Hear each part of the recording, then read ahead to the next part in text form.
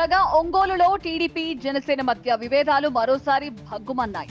స్థానికంగా నిర్వహించిన మినీ మహానాడు కార్యక్రమంలో టీడీపీ ఎమ్మెల్యే దామచర్ల జనార్దన్, జనసేన నేత బాలినేని శ్రీనివాసరెడ్డిపై సంచలన వ్యాఖ్యలు చేశారు. బాలినేని గతంలో తాను చేసిన తప్పుల్ని మర్చిపోయి ఏదో ఒక పార్టీ అంటూ జనసేనలో చేరానని దామచర్ల జనార్దన్ ఆరోపించారు. రోజుకొక పదవి పేరు చెప్తూ వేషాలు వేస్తున్నారని మండిపడ్డారు.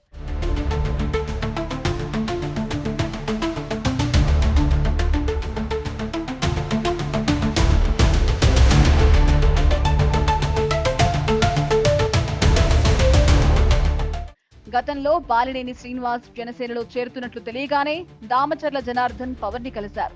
బాలినేని జనసేనలోకి వస్తే ఒంగోలులో తనకు ఇబ్బందులు ఎదురయ్యే ప్రమాదం ఉందని ఆయన పవన్ దృష్టికి తీసుకెళ్లారట.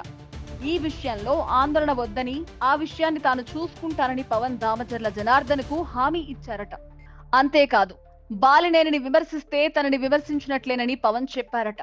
దీంతో పవన్ చెప్పినా కూడా దామచర్ల పదే పదే బాలినేనిని విమర్శించడం సమంజసం కాదని జన సైనికులు అంటున్నారు.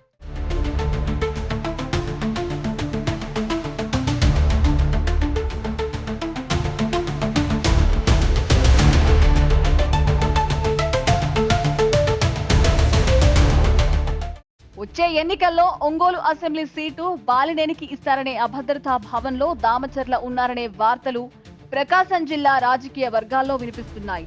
2024లో కూటమి అధికారంలోకి వచ్చిన తర్వాత అనేక మంది వైసీపీ నేతలు టీడీపీ, జనసేన, బీజేపీలోకి వెళ్లిపోయారు. కూటమి ధర్మానికి కట్టుబడి పనిచేయాలని డిప్యూటీ సీఎం పవన్ పదే పదే తమ పార్టీ నేతలకు, కార్యకర్తలకు చెప్తున్నారు. ఎవరైనా అందుకు భిన్నంగా వ్యవహరిస్తే వారిని వెంటనే పార్టీ నుంచి సస్పెండ్ చేస్తున్నారు. మరి ఇటువంటి చర్యలు టీడీపీ అధిష్టానం నుంచి ఎక్స్పెక్ట్ చేయడం అంటే అతిశయోక్తి అవుతోంది.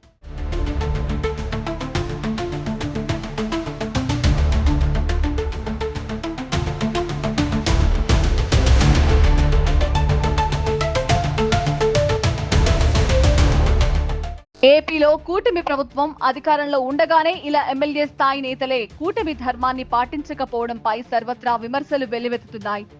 ఒకవైపు సీఎంగా చంద్రబాబు, డిప్యూటీ సీఎంగా పవన్ కళ్యాణ్ మధ్య మంచి అనుబంధమే ఉన్నప్పటికీ క్యాడర్ స్థాయిలో మాత్రం అది కనిపించడం లేదు. ఏదో ఒక విషయంలో టీడీపీ, జనసేన శ్రేణులు తరచూ గొడవలు పడుతూ నిత్యం వార్తల్లో నిలుస్తూనే ఉన్నాయి. వారిని పార్టీ అధిష్టానం బుజ్జగిస్తూ కూటమిలో చీలికలు రాకుండా ప్రయత్నం చేస్తోంది. ఒకప్పుడు బాలినేని ఏ పార్టీ వాడైనా ప్రస్తుతం ఆయన ఒక జనసేన నేత. మరి బాలినేనిపై తీవ్ర విమర్శలు చేసిన దామచర్ల జనార్దన్ విషయంలో టీడీపీ అధిష్టానం ఎలా స్పందిస్తుందో చూడాలి.